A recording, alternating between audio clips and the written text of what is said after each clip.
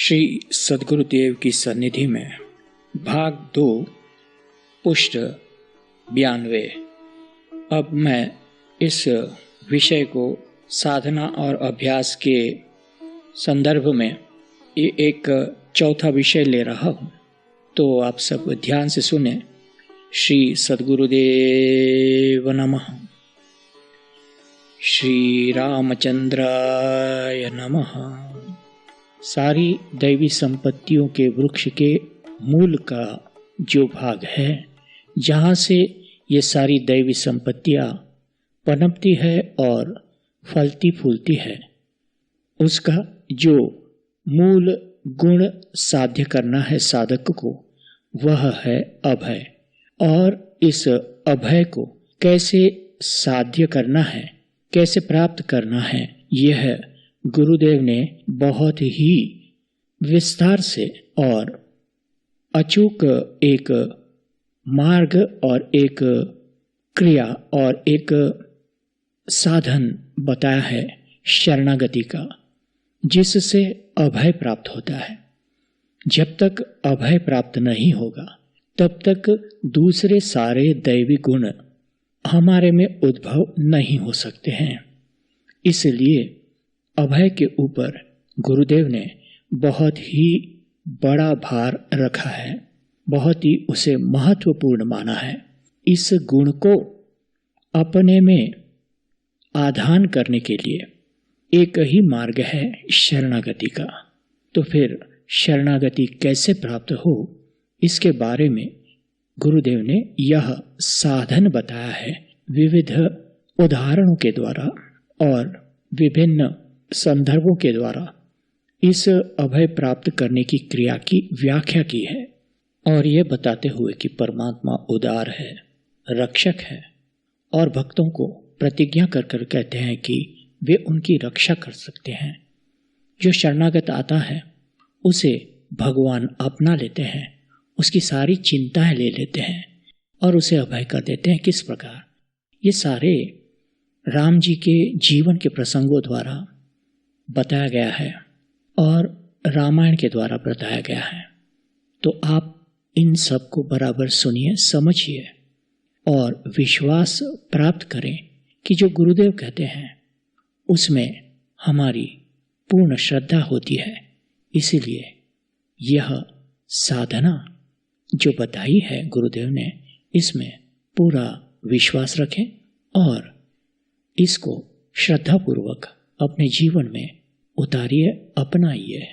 तो इसको साधक को बहुत ही शांति से इस पर मनन कर कर परमात्मा के शरणागत होने का एक जो मार्ग गुरुदेव ने बताया है, किस तरह से शरणागति प्राप्त करनी है, वह समझ ले और जीवन में उसको क्रियान्वित करें।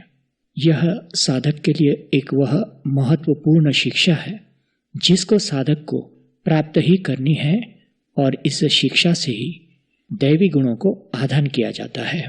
भगवत गीता में श्री कृष्ण भगवान ने दैवी संपत्ति के गुणों की, दैवी संपत्ति के बारे में जब बतलाया, तो वो पहली संपत्ति अभय है, यह बतला है। श्लोक ऐसे ही चालू होता है।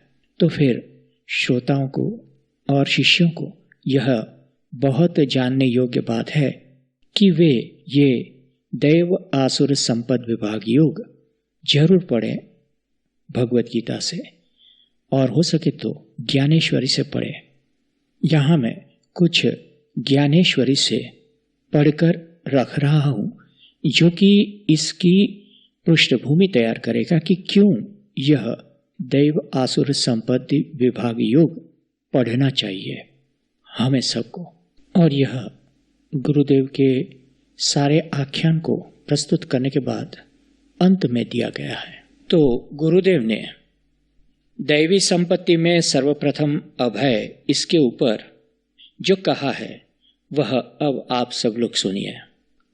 सबसे पहले तो मैं आपको वह श्लोक सुनाता हूँ कि जिसमें दैवी संपत्ति के बारे में कहा गया है, अभय के बारे में, गीता से। 16वें अध्याय का यह पहला श्लोक है।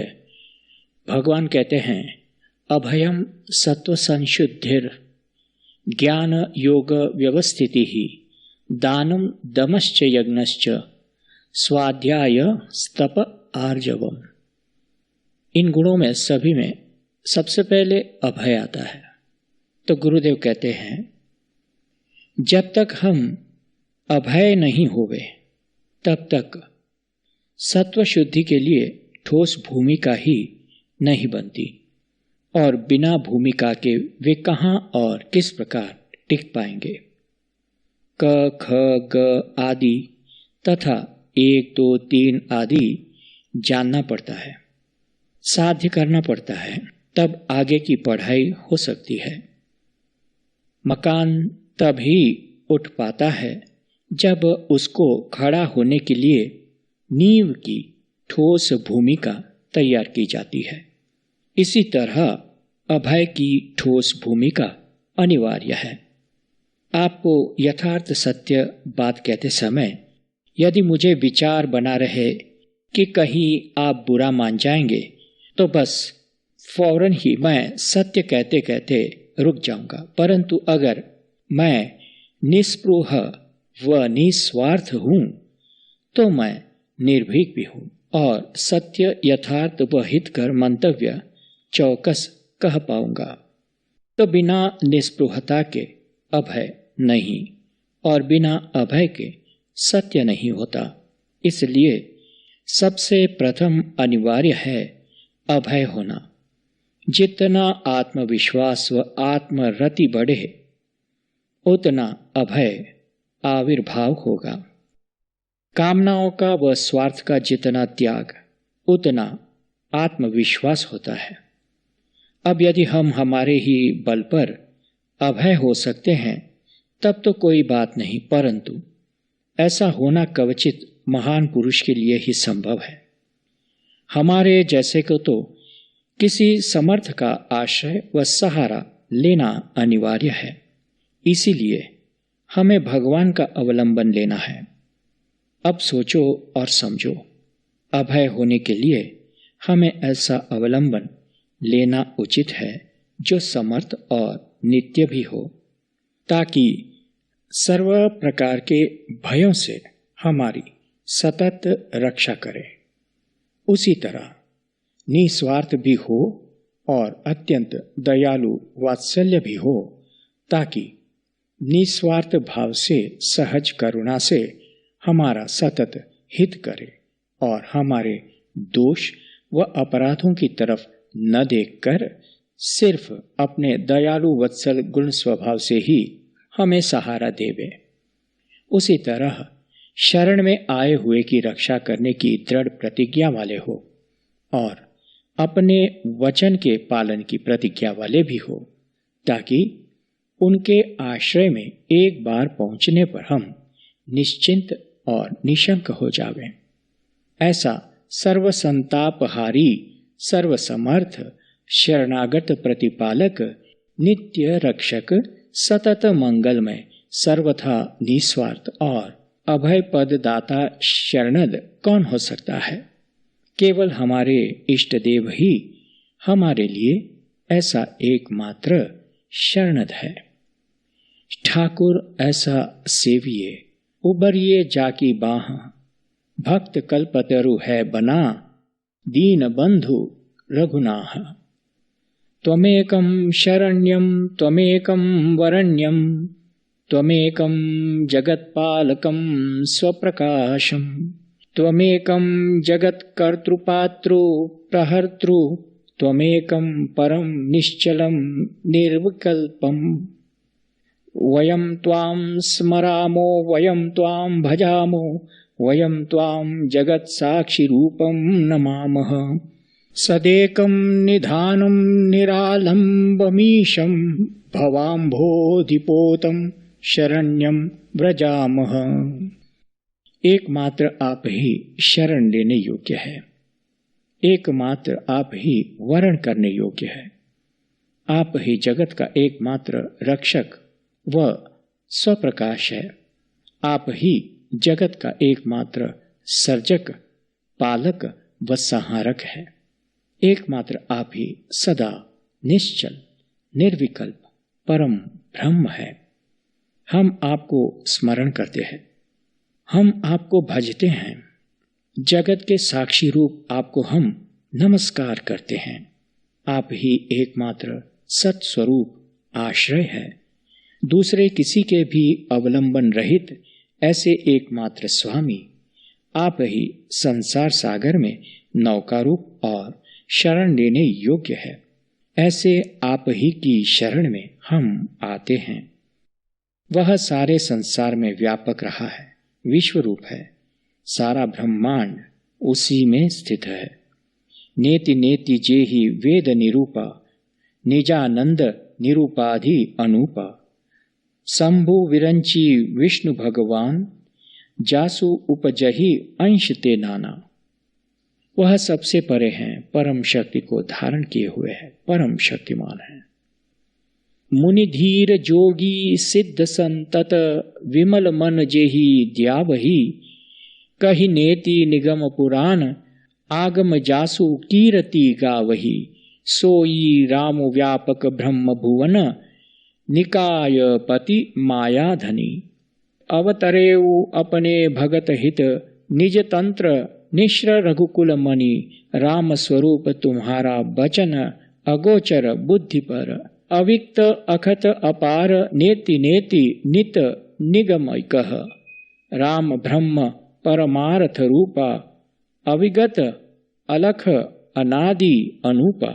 सकल विकार रहित गत भेदा, कहि नित नेति निरूप ही वेदा। ब्रह्म अनामय अज भगवंता, व्यापक अजित अनादि अनंता।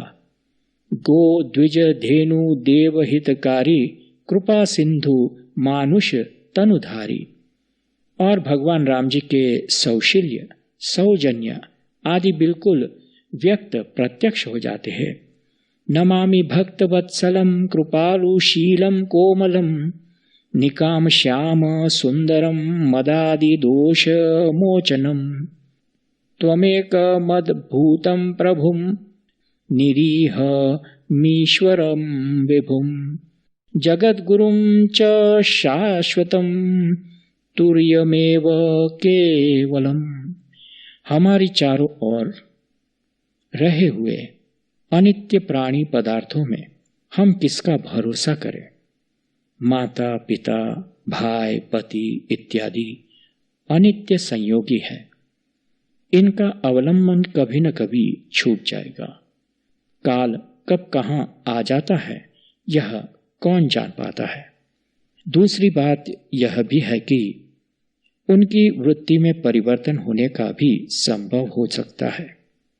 जो नित्य संयोगी हो वही सम्यक रक्षक हो सकता है। सोचने पर पता पड़ता है कि इन सारे अनित्यों का अधिष्ठान शाश्वत सर्वसमर्थ भगवान ही एकमात्र हमारे नित्य संयोगी है। नित्य केवल भगवान ही है। इसलिए भगवद अवलंबन ऐसा है जो कभी छूटता नहीं। आदि अंत और मध्य में वही हमारे रक्षक है, हितु है, पोषक है।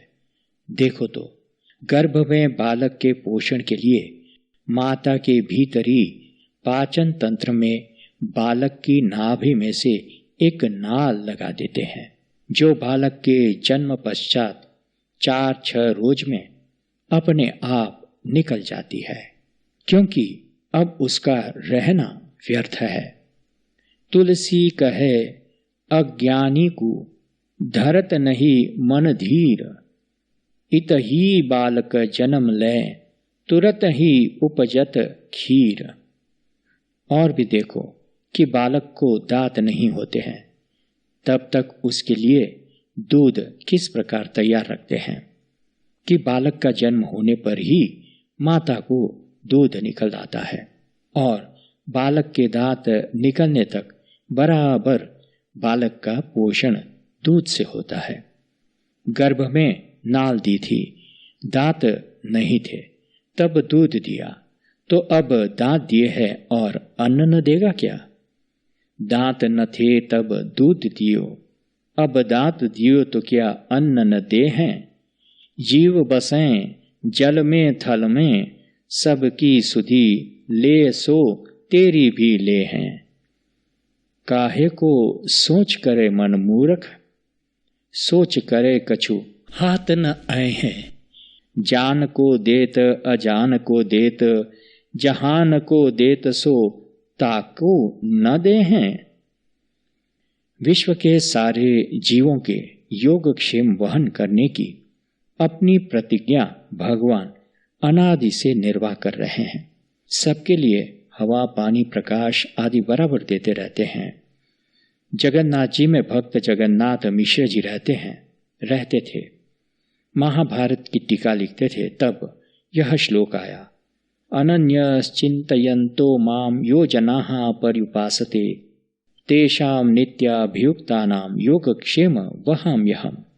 हे अर्जुन, मेरे जो भक्त अनन्य भाव से चिंतन करते हुए मेरी उपासना करते हैं, ऐसे दृढ़ विश्वास के साथ निरंतर मेरी भक्ति करने वाले का योगक्षेम मैं स्वयं वहन करता हूँ। मिश्रा जी के भक्त हृदय को वहाम्यहम्, योगक्षेम मैं वहन करता हूँ, इस शब्द प्रयोग से ठेस पहुंची। उन्होंने सोचा कि भगवान सर्वसमर्थ हैं, वे स्वयं क्यों ढोएंगे, इसलिए योगक्षेम दे दूंगा, दिला देंगे, ऐसा शब्द प्रयोग ददाम्यहम् ही उचित है। बस उन्होंने ददाम्यहम् लिख दिया, वहाम्यहम् के ऊपर लकीर लगा दी। वे जब स्नान को गए तब एक अत्यंत सुंदर किशोर आटा दाल आदि सामान देने घर पर आया। किशोर खूब सुंदर था, परंतु उसके मुख पर चोट लगी थी। यह देखकर मिश्रा जी की पत्नी को बहुत पीड़ा हो गई। उन्होंने पूछा, तुम इतने सुकोमल सुंदर सुकुमार हो, तुम पर किसने हाथ उठाया है? किशोर ने मंद मंद हंसते हुए मृदुता से कहा, अभी अभी मिश्रा जी भक्त ने ही था उठाया है। किशोर तो चला गया। मिश्रा जी के आते ही पत्नी ने कहा, जिसके हाथ आपने आटा दाल भिजवाया था वह किशोर अभी गया। कितना सुकुमार सुकोमल और मनोहर है कि मेरा मन कभी उसे भूल नहीं पाएगा, परंतु उसके मुख पर मार की चोट थी। पूछने पर उसने बताया कि मिश्रा जी भक्त ने अभी मारा है। आप तो अपराधी को भी कभी मारते नहीं हैं स्वामिन, तो इतने सुकुमार किशोर पर आपने हाथ उठाया। आपने हाथ उठाया हो यह मैं मान नहीं सकती हूँ। इतना सुकोमल सुकुमार है, फिर भी सामान ढोकर यहाँ लाया। मैं उस चोट को भूल नहीं सकती हूँ, बड़ी असमंजस में पड़ गई हूँ। सुनकर मिश्रा जी स्तब्ध हो गए और नेत्रों से अश्रुधारा बह चली। भगवान स्वयं सबूत दे गए कि मैं सही में योगक्षेम वहाम्यहम् वहन करता हूँ, स्वयं ढोता हूँ। उन्हें ददाम्यहम् की जगह पर पुनः वहाम्यहम् ही कर दिया। प्रभु कौतुकी प्रणत हितकारी सेवत सुलभ सकल दुखहारी। भगवान अपनी ओर से निश्चित सबके लिए पर्याप्त अन्न आदि उपजाते हैं। अन्न का अभाव हमारा खड़ा किया हुआ है। हमारे दोषवशात और स्वार्थवशात और जो आलसी है, जो निरुद्यमी है, वह भी प्रमादवश भूखा या दीन दरिद्री रहता है। वात्सल्य करुणा रक्षा वगैरह भगवान के सम्यक ऐश्वर्य युक्त गुण स्वभाव ही है। गर्भ से लगाकर शब तक की रक्षा भगवान करते हैं। मुए को प्रभु देत है लकड़ी कपड़ा आग, जीवत नर चिंता करे ताको बड़ो अभाग। बना दास प्रभु पास है, जियत लहत नहीं हाथ, मुआ जानी रक्षा करत 8 प्रहर रघुनाथ। 8 प्रहर तक शव में विकृति नहीं होती है। हाँ भाई देखो, जीवत नर चिंता करे ताको बड़ो अभाग, यह बात अक्षरशः लागू होती है निवृत्ति मार्ग वालों को। कोई प्रवृत्ति मार्ग वाला इसको अपने ऊपर लागू करके हाथ जोड़ के न बैठ जाए। गृहस्थ को तो अपने आश्रम धर्म के कर्तव्य के अनुसार नीति युक्त मार्ग से धन आदि उपार्जन करना ही चाहिए। जो नहीं करता है ऐसा व्यवहारी यानी गृहस्थ निर्धन दुखी होता है।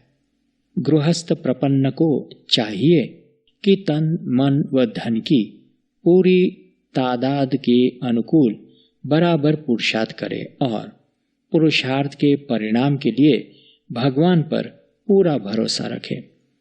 भगवत गुण स्वभाव के अनुकूल नीति व धर्ममय मार्ग से ही उपार्जन करे।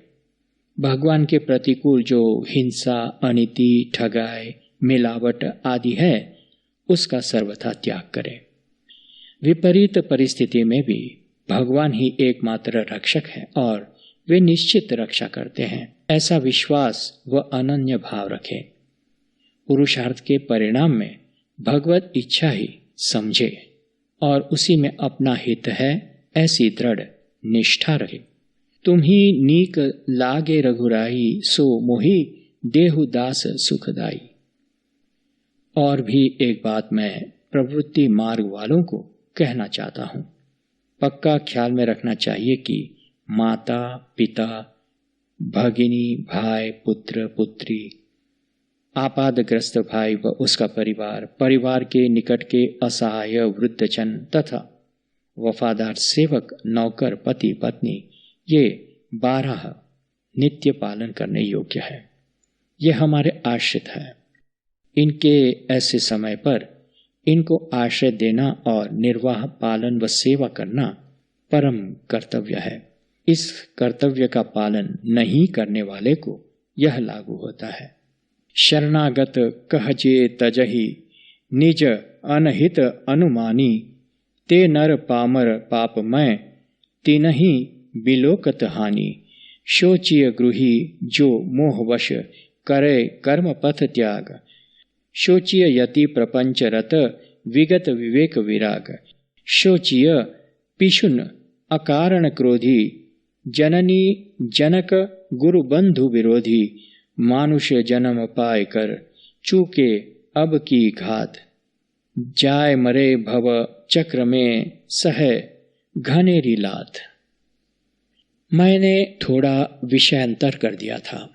अब पुनः नित्य संयोगी रक्षक की बात ही हम करें तो इस प्रकार आदि, मध्य व अंत में जो हमारा नित्य संयोगी व रक्षक है वही भगवान प्राणी मात्र को प्रिय है और प्राणी मात्र भगवान को प्रिय है।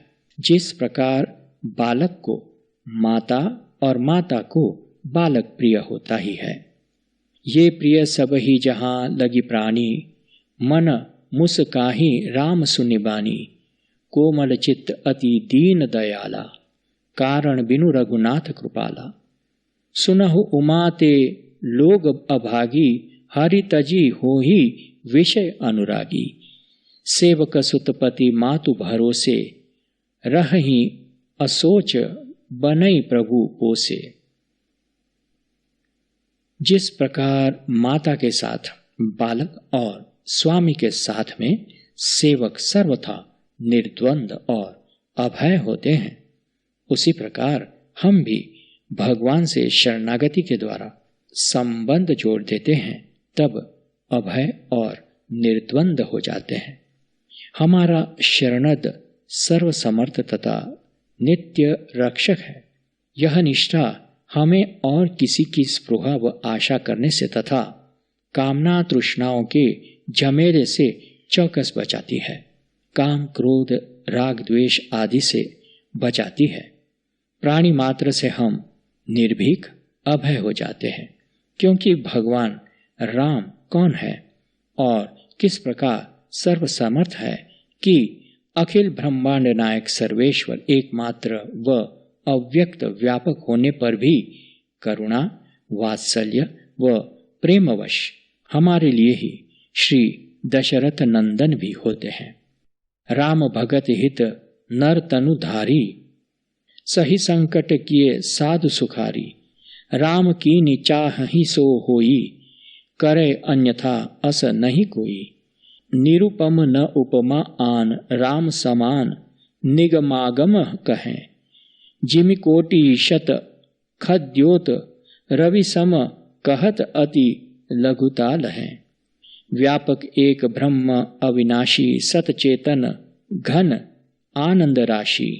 अस प्रभु हृदय अछत अविकारी, सकल जीव जग दीन दुखारी। महिमा नाम रूप गुण गाथा, सकल अमित अनंत रघुनाथा। जब तक जीव भगवान की शरण में नहीं जाता है, अर्थात भगवान से नाता नहीं रखता है, तब तक दीन दुखी होता है। उनकी शरण में जाने पर कभी कोई दुखी दीन नहीं रहा है और उनके द्वार से कभी कोई निराश नहीं लौटा है। यह बिल्कुल सत्य है। राम सदा सेवक रुचि राखी, वेद पुराण साधु सुर साखी। करुणामय रघुनाथ गोसाई, बेगी पाई यही पीर पराई। पीर हरि सकल भरोस, राम भजहि ते चतुर नर। वे मेरे सदैव साथी और सर्वसम्मत रक्षक है ही, यह पूरा विश्वास होना चाहिए। अस अभिमान जाय जनी भोरे, मैं सेवक रघुपति पति मोरे। भगवत दर्शन का एक सरल सुलभ मार्ग है शरणागति, सर्वस्व समर्पण और उन्हीं के शरण व भरोसे पर रहना। उनको सच्चे हृदय से पुकारो, हे करुणा वरुणालय सर्वेश्वर, मैं तेरा हूं, अब तू ही तेरी इस चीज का ख्याल रखना। बस द्रौपदी की तरह अपने ऊपर से और सर्व प्रकार से अपने हाथ उठा ले वे। हमारा कोई स्वतंत्र संकल्प अपनी ओर से न हो, न कोई मनोरथ कामना भी हो। हम मिट जावे और वे ही मात्र रह जावे, तब शरणागति, तब भोजन और तब योग साधन। जिसने दिल खोया उसी को कुछ मिला, फायदा देखा इसी नुकसान में। मजा है दिल के खोने का, इधर खोया उधर पाया। उनके मिलने का तरीका अपने खो जाने में है। रीजत राम सनेह निसोते, को जगमंद मलिन मति मोते। जगदात्मा प्राणपति रामा, तासु विमुख किमि लह विश्रामा। मैं जानो निज नाथ सुभाऊ, अपराधी हूं पर कोह न काऊ। उनकी तो प्रतिज्ञा है कि कितना ही महान दुराचारी हो, अगर वह भी मेरी शरण में आता है तो मैं फौरन ही उसे अपना लेता हूं। इतना ही नहीं, उनके कोटि जन्म के पाप संस्कार उसी वक्त नष्ट हो जाते हैं। कोटि विप्रबध लाग ही जाही, आए शरण तजो नहीं ताही। सन्मुख होए जीव मोही जबही, जन्म कोटि अघनाशों तबही। अहम त्वाम सर्व पापेभ्यो मोक्षयिष्यामि मा शुचः। वे डंके की चोट पे कहते हैं कि मेरी शरण में आ जाओ और मैं तुम्हें निश्चित ही सर्व पाप कर्मों के अशुभ फलों से शीघ्र ही मुक्त कर दूंगा। पूर्वकृत कर्मों के अशुभ फल से मुक्ति यानी अभय, सर्व प्रकार के बंधन कारक संस्कारों से छूटना, यही यथार्थ अभय है। मामेव ये प्रपद्यन्ते, मया मेताम तरन्ति ते। सुकृदेव प्रपन्नाय तवास्मीति च याचते। अभयम सर्वभूतेभ्यो ददाम्ये तद व्रतम मम। जीवन में एक बार जो मेरी शरण ग्रहण कर लेता है तथा मैं आपका हूं ऐसी याचना करता है, उसे प्राणी मात्र से अभय दे देता हूं। यह मेरा व्रत है। जीव जब त्वास्मी कहता हुआ भगवान की शरण ग्रहण करता है, तब उसी वक्त जीव को अनेक जन्मों के दोष, ताप, पाप व अपराधों का नाश करके जीव को अभयदान देकर भगवान अपनी प्रतिज्ञा निभाते ही हैं। रघुकुल रीत सदा चली आई, प्राण जाए अरु बचन न जाई। एक बार अपनाए हुए शरणागत की रक्षा भगवान अवश्य ही करते हैं। विभीषण जी शत्रु दल से अलग होकर भगवान को मिलने आए, तब सुग्रीव जी ने कहा, जानी न जाय निशाचर माया, काम रूप के ही कारण आया, भेद हमार लेन शठ आवा, रखिए बांधी मोहि असभावा।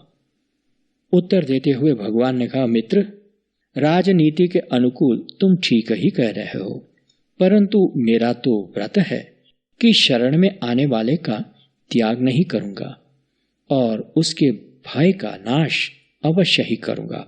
अगर विभीषण छल कपट को लेकर शरण में आ रहे हैं तब भी कोई चिंता नहीं, कारण कि छल कपट करने वाले निशाचरों को तो लक्ष्मण एक निमिष में नष्ट कर देंगे।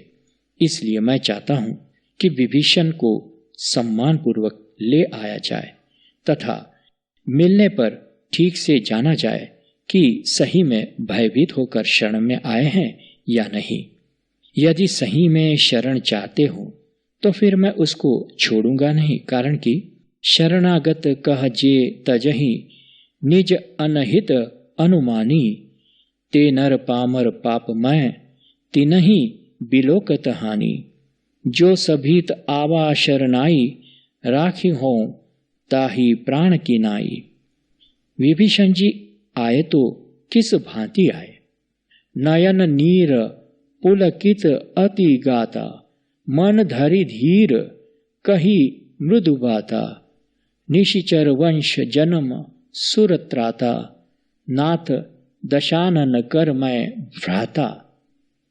श्रवण सुयश सुनि आय हूँ प्रभु भंजन भवभीर, त्राहि त्राहि आरती हरन शरण सुखद रघुवीर। नयनों में नीर है, मन चित्त भगवत शरणागति के लिए उत्कंठित हो चुके हैं। शरीर का रोम रोम पुलकित है, धीर मृदु स्वरों से अपना सब कुछ सही सही कह देते हैं। मैं निशाचर हूँ और दशानन का भाई हूँ। और भी सुनिए प्रभु, मैं सहज पाप प्रिय हूँ और तामस देह हूँ। इतने पर भी मैं आपकी शरण चाह रहा हूँ, कारण कि मैंने आपका सुयश सुना है कि आप भगवान हैं, प्रभु हैं, भव के भय का नाश करने वाले हैं, दुखियों के दुख दूर करने वाले हैं और शरणागत को सुख देने वाले हैं। ऐसे आप है समर्थ रघुवीर, मेरी रक्षा कीजिए, रक्षा कीजिए। इस प्रकार मन और वचन से शरण में लेने की याचना करते हुए तन को भी भगवान के श्री चरणों में सादर निवेदित कर देते हैं, अपना सर्वस्व समर्पण कर दिया। अस कही करत दंडवत देखा, तुरत उठे प्रभु हर्ष विशेखा, दीन बचन सुनी प्रभु मन भावा, भुज विशाल गही हृदय लगावा। विभीषण जी के दीन प्रेम पूर्ण वचन भगवान को बहुत प्रिय लगे। दंडवत करते हुए विभीषण को देखते ही भगवान उठे और अपनी विशाल भुजाओं से उठाकर उनको अपने हृदय से लगा लिया। प्रथम वचन में ही शरणागत के आरती हरन सुखद भवभीर भंजन ऐसे सर्वेश्वर प्रभु ने अपने विरुद्ध को सत्य कर दिया। भगवान ने कहा, कहु लंकेश सहित परिवारा, कुशल खुठाहर वास तुम्हारा। हे लंकापति, परिवार सहित अपनी कुशल कहो। हे सखा, तुम्हारा धर्म किस प्रकार निभता है। हे तात, दुष्ट का संग बहुत दुखदाई होता है। भगवान अपने भक्तों को दुखी नहीं देख सकते। अपने भक्त का अपराध कोई करता है तो सह नहीं सकते। भगवान अपना अपराध करने वालों को दंड नहीं देते हैं, परंतु अपने भक्त को पीड़ा, त्रास व अन्याय देने वालों के प्रति भगवान का चित्त कठोर हो जाता है। इसी प्रकार भगवान अपने भक्त के यश और महिमा बढ़ाते हैं। हम भक्तनि सो भूली बिगारी, जान्यो नहीं ई तो बल ये हरि के अधिकारी। अंगीकार किए हरि इनको, यह कछु हम न विचारी। दुर्वासा अम्बरीश के आगे, करी दीनता भारी। अधिक बढ़ावत आपतें, जन महिमा रघुवीर। शबरी पद रज परशते, भयो शुद्ध सर नीर। सुनो सुरेश उपदेशु हमारा, राम ही सेवको परम पियारा। विभीषण को भगवान ने तत्काल अपनाए और उनके हित व रक्षा की चिंता अब भगवान कर रहे हैं। विभीषण जी बिल्कुल निर्भीक और निर्द्वंद हो गए। युद्ध क्षेत्र पर रावण ने ब्रह्मास्त्र छोड़ा, तब भी विभीषण जी अपने सर्वसमर्थ रक्षक के भरोसे पर रावण के सन्मुख निर्भीक खड़े हैं। हट नहीं जाते हैं, न भगवान की ओर ताकने लग जाते हैं, न तो भगवान को कुछ कहते हैं। बस उसी वक्त एक पल का विलंब भी न करते हुए भगवान स्वयं विभीषण जी के आगे खड़े हो जाते हैं। तुरत विभीषण पाछे मेला, सन्मुख राम रजो सोहि सेला। भगवान अपने प्रणतपाल रक्षक विरुद्ध को तथा रखही हो ताहि प्राण की नाई के वचन को सदैव निभाते आए हैं और निभाएंगे, यह पक्का जानो। सत्य कहो खग तो ही, शुचि सेवक मम प्राण प्रिय। अस विचारि भजु मोही, परिहरि आश भरोस सब। यह न अधिक रघुवीर बढ़ाई, प्रणत कुटुंब पाल रघुराई।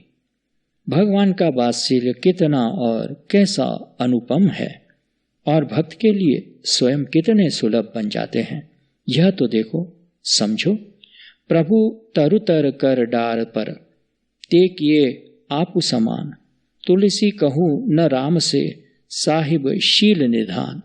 हूँ कहावत सब कहत, राम सहत उपहास। साहिब सीतानाथ सो, सेवक तुलसीदास। लोक कहूँ वेद सुसाहिब रीति, विनय सुनत पहिचानत प्रीति। जे ही समान अतिशय नहीं कोई, ताकर शील कस न अस होई। शरणागति से हमें शरणत की अद्भुत शक्ति सामर्थ्य का सतत सहारा मिलता है, इसमें शंका ही नहीं। हमारे सर्वशोक शूल नष्ट हो जाते हैं, इसमें शंका ही नहीं। तुम कृपालु जापर अनुकूलात, ताहि न व्याप त्रिविध भवशूला। कृपा दृष्टि रघुबीर बिलोकी, किए सकल नर नारी बिसो की। भगवत शरणागति को छोड़कर और कोई भी सरल सुलभ साधन नहीं है। इसके लिए भगवान को केवल निश्चल प्रेम चाहिए और कुछ भी नहीं। अंतकरण में प्रेम व विश्वास उदय होते ही भगवान तत्काल हमें सर्व प्रकार से और सर्वथा संभाल लेते हैं। मन क्रम बचन छांडी चतुराई, भजत कृपा करहि रघुराई। जन अवगुण प्रभु मान नत गाऊ, दीन बंधु अति मृदुल सुभाऊ। शरण में आए हुए को फिर भगवान कभी छोड़ते नहीं है। श्रद्धाहीन अपनी अश्रद्धा के कारण निष्ठा भ्रष्ट होकर दर दर भटकता है, परंतु भगवान छोड़ते नहीं हैं। सुनो, भगवान की एक घटना कहता हूं। एक बार भगवान को कौतुक करने की, लीला करने की इच्छा हुई। प्रभु कौतुक प्रणत हितकारी और लीलामय भी है ही। भगवान विनोद प्रिय आनंद रूप है ही, इसलिए तो यह सारा विश्व है। कैसे विनोद करते हैं देखो। विभीषण जी को भगवान ने कहा कि ये भूषण, वस्त्र, भेंट, सौगात आदि विमान में ले जाओ और ऊपर से बरसा दो। नभ पर जाय विभीषण तबहि, बरसी दिए पट भूषण तबहि। जे जे ही मन भावे सो लेही, मणि मुख मेली डारी कपि देही। हसत राम सिय अनुज समेता, परम कौतुकी कृपा निकेता। मुने जेहि ध्यान न पावही, नेति नेति कह वेद। कृपा सिंधु सोई कपिन सो, करत अनेक विनोद। इस प्रकार भगवान परम कौतुकी व विनोद प्रिय है। जब नल नील के द्वारा राम नाम से अंकित पत्थरों से सेतु बंध तैयार हो गया, तब भगवान रात्रि को चुपचाप वहां पधारे। श्री हनुमान जी की तो जागृत सेवा है ना, वे भी पीछे पीछे चुपचाप चले। भगवान ने एक पत्थर उठाया और जल में डाला तो वह नीचे बैठ गया, ऊपर आया भी नहीं। तैरने की तो बात ही कहाँ है। भगवान परम लीलामय है हो और कौतुक प्रिय भी है। दूसरा पत्थर डाला तो उसका भी वही हाल हुआ। अब भगवान उदास मायूस मुंह बनाकर खड़े रह गए। श्री हनुमान जी अवसर जान गए, सन्मुख आए, प्रणाम किए और कहा, भगवान, जिसको आप छोड़ दे वह कभी भी पार हो सकता है? ऊपर उठ पाता है क्या? उसका फिर कभी भी कहीं भी ठौर ठिकाना लग सकता है क्या? मुझे तो जयंत की हालत की स्मृति हो आई है। भगवान वह कई जगह शरण और रक्षा के हेतु मारा मारा फिर रहा था, फिर भी किसी की शरण नहीं पा सका था। तब ज्यादा विकल हो गया और आखिर आप ही की शरण में आया, तभी उसकी आपत्ति दूर हुई थी। इसलिए मैं ऐसा समझता हूं भगवान कि आपके श्री हस्त से छोड़े गए ये पत्थर फिर कैसे तैर सकते हैं। देखो, भगवान ने जयंत को दंड इसलिए दिया था कि पुनः अपराध न करे। दोष और अपराध करते ही रहो और भगवान कृपा करते ही रहे, यह कदापि संभव नहीं है। भगवान सर्वसमर्थ तथा सर्वलोकनायक है। दंड देने में भी वे चौकस, सर्वसमर्थ और परम न्यायी है। यह बात भूल नहीं जाना चाहिए। बार बार दोष व अपराध करने पर हमें दंड अवश्य मिलता है। इससे निश्चय होता है कि जीवों के लिए वे ही एक शरण्य है, वे ही एक वरेण्य यानी चाहने योग्य व प्राप्त करने योग्य है। वे ही जगत के एकमात्र कर्ता, भर्ता व संहारक है। वे ही एक निश्चल, सत, शाश्वत परम तत्व है। जीवों का कल्याण उसी में है कि ऐसे सर्वसमर्थ प्रभु की शरण में रहे और उन्हीं का स्मरण चिंतन सतत करे।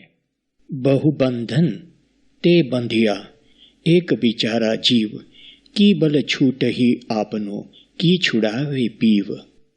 भगवान की शरण पाकर हमें भी निर्भय और निर्द्वंद हो जाना चाहिए। जो है जाके आसरे, ताही के सिर भार। करऊ हरऊ तूमड़ी, खेई लगावे पार। कोटि विघ्न सिर पर रहें, कोटि दुष्ट को साथ।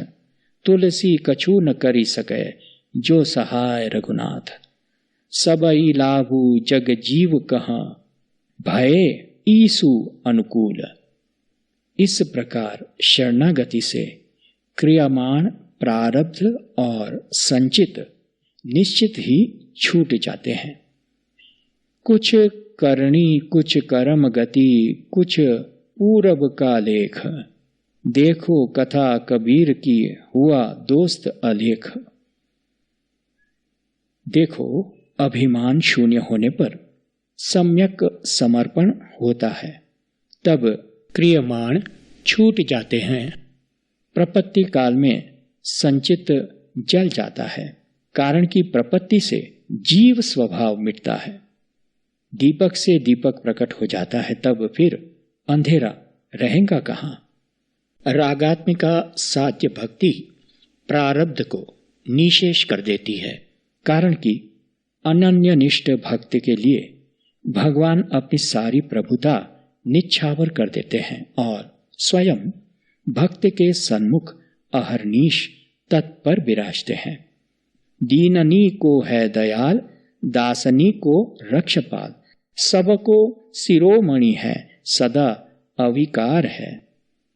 धन धन धन धन हीन को है, गुण नगुणीन को है।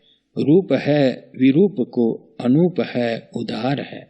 आनंद को कंद भाव, सिंध को उगार। दुख द्वंद की हरणहार, महिमा अपार है। श्री गोविंद हरि जू के नाम को उच्चार चारु। सारन को सार, निराधार को आधार है।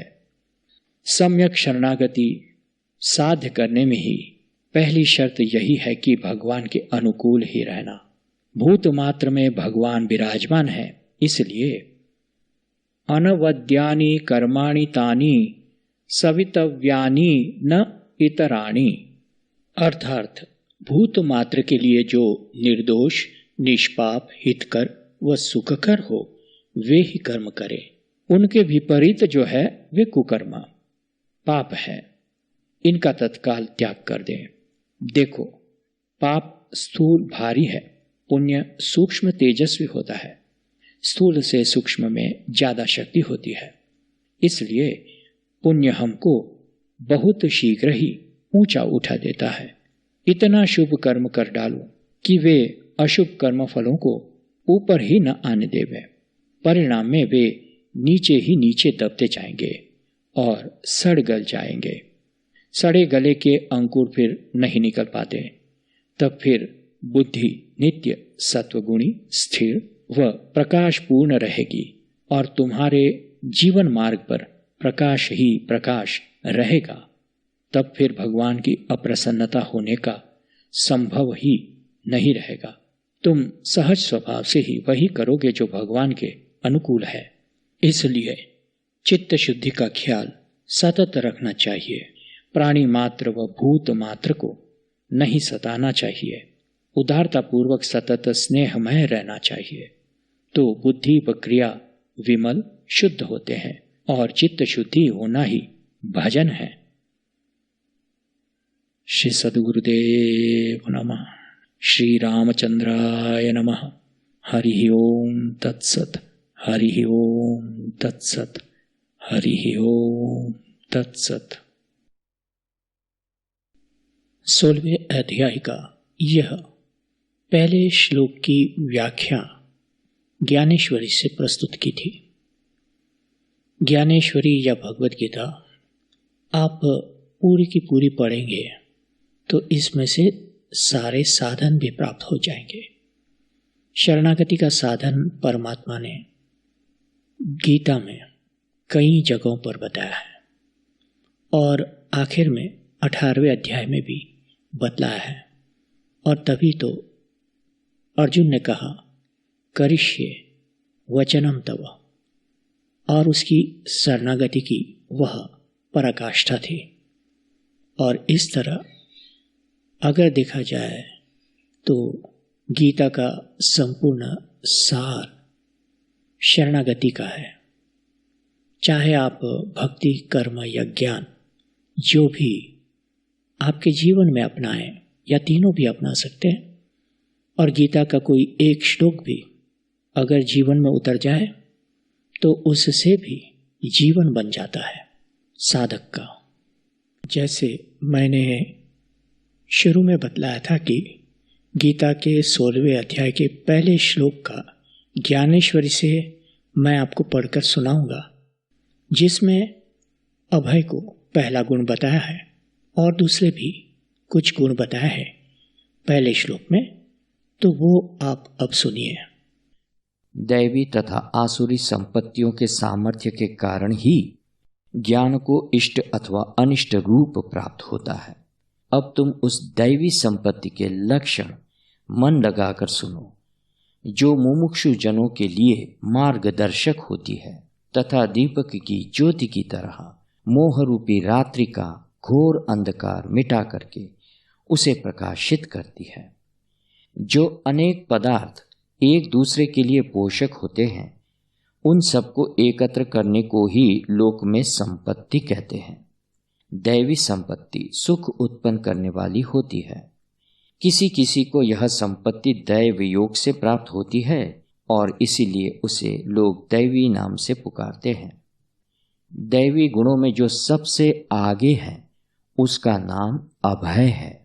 जो बाढ़ में नहीं कूदता उसे डूबने का डर भी नहीं लगता, अथवा जो पथ्य से रहता है उसके सामने व्याधि का भय छू भी नहीं जाता। ठीक इसी प्रकार अहंकार का प्रवेश कर्म और अकर्म के मार्ग में होने नहीं देना चाहिए तथा संसार का भय त्याग देना चाहिए, अथवा यदि अद्वैत की भावना बढ़ जाए तो उसका परित्याग कर समस्त विषयों में आत्मभाव रखना चाहिए तथा भय की बात मन से हटा देनी चाहिए। परिणाम स्वरूप अद्वैत बुद्धि आ जाने के कारण जब कुछ वैसे ही आत्ममय प्रतीत होने लगता है, जैसे जल यदि लवण को डुबाने हेतु आवे तो लवण स्वयं ही जल का रूप धारण कर लेता है और इससे भय का नाश होता है। हे धनंजय, इसका नाम अभय है। सम्यक ज्ञान के मार्ग की यह बात है।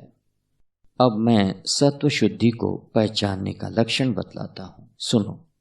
जैसे राख न तो जलती है और न बुझती ही है, अथवा जैसे मध्यम अवस्था का चंद्रमा सूक्ष्म रूप से अविकृत रहता है और उसमें न तो प्रतिपदा की बढ़ने वाली कला ही होती है और न अमावास्या का क्षय ही होता है, अथवा जैसे वह नदी मध्यम अवस्था में शांत होकर बहती रहती है, जिसमें न तो बरसात की बाढ़ ही होती है और न ग्रीष्म काल वाला जल अभाव ही होता है। ठीक वैसे ही रजोगुण और तमोगुण से भरे हुए नाना प्रकार के मनोरथों का ध्यान त्याग कर बुद्धि एकमात्र स्वधर्म में ही अनुराग रखती है तथा इंद्रियों के सामने अच्छे बुरे किसी प्रकार के विषय रखे जाए पर मन जरा सा भी विचलित नहीं होता। जैसे पति के बाहर चले जाने पर पतिव्रता का विराहकुल मन किसी प्रकार की लाभ हानि की ओर प्रवृत्त नहीं होता, अपितु उदासीन रहता है, वैसे ही एकमात्र आत्मस्वरूप की लगन लगाने के कारण बुद्धि जो इस प्रकार तन्मय हो जाती है, उसी को केशिहीनता भगवान श्री कृष्ण सत्व शुद्धि नाम से संबोधित करते हैं। आत्म प्राप्ति के लिए ज्ञान योग में अपने सामर्थ्य से स्थिर रहना तथा उस स्थिति में चित्तवृत्ति को पूर्णतया छोड़ देने को ही ज्ञान योग की व्यवस्थिति कहते हैं। जैसे यज्ञ अग्नि में निष्काम भाव से पूर्णाहुति डाली जानी चाहिए, अथवा जैसे कुलीन व्यक्ति को चाहिए कि वह कुलीन को ही अपनी कन्या दे, अथवा जैसे लक्ष्मी एकमात्र श्री मुकुंद में ही अनन्य भाव से रमण करती है, ठीक वैसे ही सारे संकल्प विकल्पों का परित्याग कर निश्चित रूप से योग तथा ज्ञान में ही जीवन वृत्ति लगाने को श्री कृष्णनाथ तृतीय गुण यानी ज्ञान योग व्यवस्थिति कहते हैं। यदि अपना परम शत्रु भी संकटापन स्थिति में हो तो उसे देखकर तन मन वचन और धन से सहायता किए बिना न रहना। और हे धनंजय, यदि कोई आर्त व्यक्ति हमारे सन्निकट आवे तो उसकी सहायता में अपना धन धान्य इत्यादि सब कुछ ठीक वैसे ही अंतकरण पूर्वक लगा देना, जैसे रास्ते में स्थित वृक्ष राहगीरों को अपने पत्र पुष्प छाया और फल इत्यादि प्रदान करने में जरा सा भी संकोच नहीं करता। ऐसे दान को मोक्ष रूपी गुप्त धन को दिखलाने वाला दिव्यांजन ही जानना चाहिए। अब तुम दम को पहचानने का लक्षण सुनो। जैसे कोई खड्ग चलाने वाला व्यक्ति अपने शत्रु का सिर सद्य काट डालता है, वैसे ही विषयों तथा इंद्रियों के संयोग को एकदम मूलोच्छेद कर डालना दम कहलाता है। इंद्रियों को विषयों के मेघों के तिमिर से रोकने के लिए उन्हें भली भांति बांधकर प्रत्याहार के अधीन कर दिया जाता है। उस समय प्रवृत्ति चित्त की शक्ति से व्याकुल होकर अंदर से बाहर निकलती है और तब उन्हीं इंद्रियों के 10 द्वारों से वैराग्य देह के अंदर प्रविष्ट करता है। जो व्यक्ति ऐसे कठोर व्रतों का श्वासोश्वास की अपेक्षा भी निरंतर चलने वाला आचरण करता है तथा अविराम अहर्निश उन व्रतों का पालन करता है, उसके इस प्रकार के आचरण को ही दम नाम से संबोधित करते हैं। इसके लक्षण भली भांति समझ लो। अब मैं तुम्हें यज्ञ तथा याज्ञ का अर्थ बतलाता हूँ, सुनो।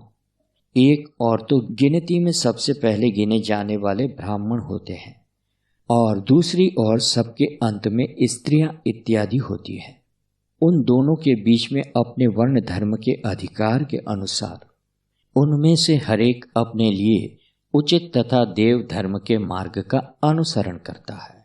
इनमें से शास्त्रोक्त विधि से षटकर्म करने वाले ब्राह्मण तथा उनको नमन करने वाले शूद्र दोनों ही समान रूप से अपने अपने आचारों का पालन करते हैं और इस प्रकार वे लोग यज्ञ संपादन करते हैं तथा उन यज्ञों का उन्हें समान रूप से फल प्राप्त होता है। इस प्रकार अपने अधिकार अनुरूप यज्ञों का संपादन करना सबका कर्तव्य होना चाहिए, परंतु यज्ञ करते समय इस बात का ध्यान अवश्य रखना चाहिए कि फल आशा के विष से वे यज्ञ विषाक्त न हो और देह अभिमान से अपने मन में ऐसी अहम भावना नहीं उत्पन्न होने देनी चाहिए कि हम करता है। साथ ही साथ समस्त लोगों को वेद आज्ञा का पालन करना चाहिए। हे अर्जुन, सर्वत्र यज्ञ शब्द का यही भाव रहता है। ऐसा यज्ञ मोक्ष मार्ग में एक सुविज्ञ सुहृद का काम करता है। गेंदों को जमीन पर पटकने का उद्देश्य जमीन को मारने के लिए नहीं होता, अपितु इसलिए पटका जाता है कि वह फिर लौटकर हमारे हाथ में आ जाए। अथवा खेत में जो बीज फेंके जाते हैं उनका भी उद्देश्य बीजों को फेंकना नहीं बल्कि उनसे और अधिक फसल प्राप्त करना होता है। जैसे अंधेरे में रखी हुई वस्तु को ढूंढने के लिए दीपक को आदरपूर्वक ग्रहण किया जाता है, अथवा जैसे वृक्ष की शाखाओं प्रशाखाओं को मजबूत बनाने के लिए उसके मूल में जल डाला जाता है, अथवा यदि संक्षेप में कहा जाए तो जैसे स्वयं ही अपना मुख देखने के लिए दर्पण को ठीक तरह साफ किया जाता है, वैसे ही वेदों के प्रतिपाद्य विषय ईश्वर के स्वरूप का सम्यक ज्ञान प्राप्त करने के लिए श्रुतियों का अनवरत अभ्यास अथवा अध्ययन करना परम आवश्यक होता है। ब्रह्मसूत्र ब्राह्मणों के लिए तथा अन्य वर्णों के लिए अपने अपने अधिकार अनुसार स्तोत्र इत्यादि पढ़ना अथवा नाम मंत्र का जाप करना ही शुद्ध चैतन्य की प्राप्ति के लिए यथेष्ट है। हे पार्थ, इसका नाम स्वाध्याय है। अब तुम तप का लक्षण सुनो। अपना सर्वस्व दान कर डालना ही अपने सर्वस्व को सार्थक करना है। जैसे बीज निकलने पर वनस्पतियां स्वतः सूख जाती है, अथवा धूप जैसे अग्नि में जलकर सुगंध बिखेरता है, अथवा जैसे मिलावट का अंश नष्ट हो जाने पर स्वर्ण वजन में कम हो जाता है, अथवा चंद्रमा जैसे कृष्ण पक्ष की वृद्धि करता हुआ स्वयं क्षीण हो जाता है, ठीक वैसे ही आत्मस्वरूप की प्राप्ति के लिए अपने प्राण इंद्रियों तथा देह को सुखा डालने का नाम ही तप है। अब तप के और भी अनेक प्रकार बतलाए जाते हैं, पर जैसे हंस जल को पृथक पृथक करके अपनी चोंच को दूध निकाल लेने के काम में लगाता है, ठीक वैसे ही देह और जीव का संयोग होने पर उनमें से देह भाव तथा जीव भाव को चुनकर पृथक कर लेने का काम जिस विवेक के द्वारा संपन्न होता है, उस विवेक को निरंतर अपने अंतःकरण में जागृत रखना चाहिए। आत्म अवलोकन करते समय बुद्धि हैरान हो जाती है। उस समय जैसे जागृति होने पर निद्रा सहित स्वप्न का भी अवसान हो जाता है, ठीक वैसे ही जो व्यक्ति आत्मदर्शनार्थ विवेक पूर्वक व्यवहार करता है, हे धनुर्धर, उसी से इस तप का साधन होता है।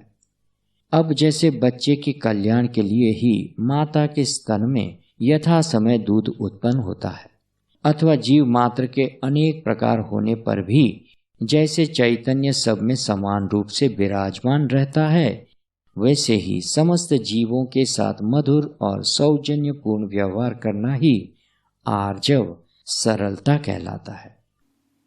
तो इतना अब काफी है।